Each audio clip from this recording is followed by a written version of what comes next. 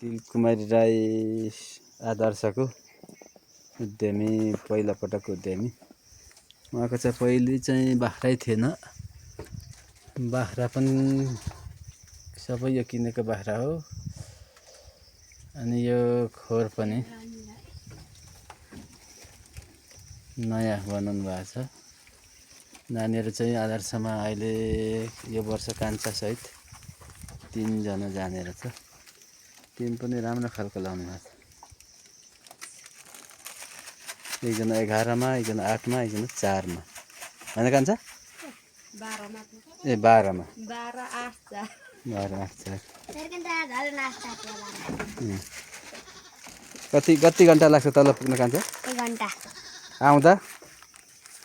1 घन्टा। आउँदा त 1 घन्टामा आउँदैन उकालोमा। उकालोमा 1 घन्टामा आइपुग्छ? 1 घन्टा 30 मिनेट थियो।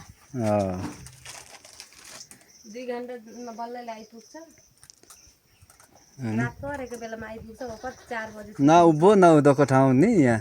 हैन त बसेर नबसिकिन त